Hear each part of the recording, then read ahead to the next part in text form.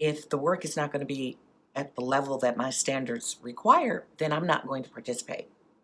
So that is difficult for people, producers mostly, who are accustomed to being able to buy anything. When you come upon someone who can't be bought, that's difficult. So it's taken me a long time, but I embrace my reputation as being difficult. And I figure if you hire me anyway, you know I'm going to be difficult. You're not going to be able to buy me. You're going to have to sway me with some quality. I failed my way to being my own boss.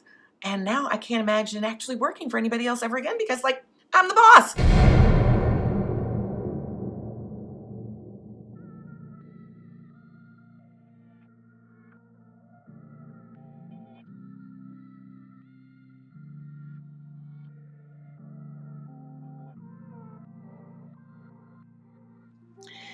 So, one of the things about leaving Mother Courage was this experience of being on the edge of a knife.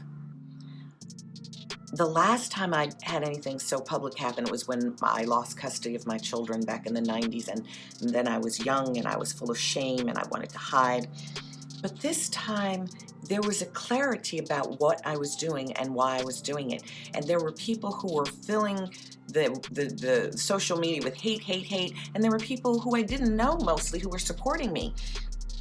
And it was the most alive I'd ever felt in my life. It was like, oh my God, when you stand in truth, it's polarizing.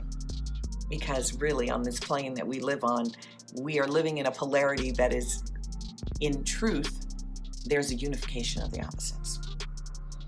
So coming out of the whole Mother Courage, well, the war, Rashida speaking Mother Courage cycle, which lasted a year,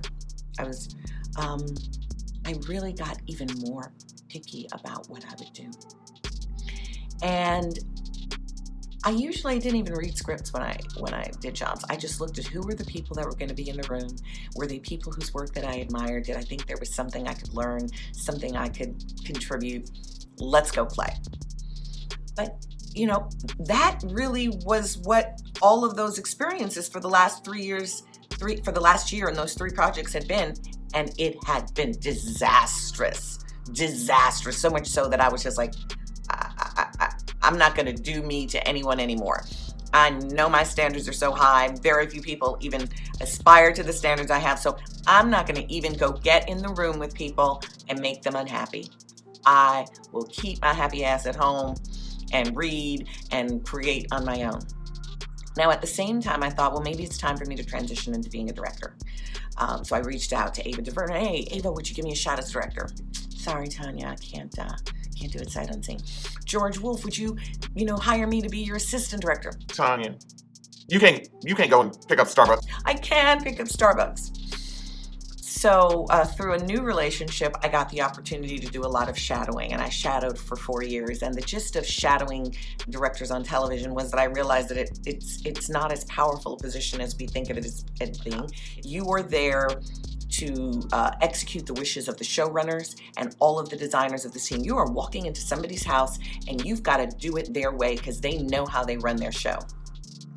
And so at the end of that, with, this 3 years I'd put into, you don't get paid, you're, spending your money if you fly yourself somewhere and put yourself up. I was like, I could do this with my eyes closed, but nobody's going to give me a shot. I'm like at the bottom of the totem pole of lots of other white guys and women who've done more than me and have more of a relationship and have, quote, paid more dues. It's not going to happen. And so the miracle of that was last summer, I decided, I actually had seen a video with Ava DuVernay talking about how she hadn't gone to film school, and she just gave herself the opportunity. And so that's what I did, and I made this film, Red Pill. It is my debut feature film, and I have to say that if it weren't for everyone saying no to me, saying no to all these things I was asking to do, which were adjacent to what I'm doing now, I wouldn't have gotten there. If they'd say yes, I'd be being someone's assistant, I'd be working for someone else, and now I'm working for myself. So Red Pill came to me as an idea. I was visiting a friend in her country house, and this story idea came to me. I asked her if I could use her house. She said yes. Who lets you use their house?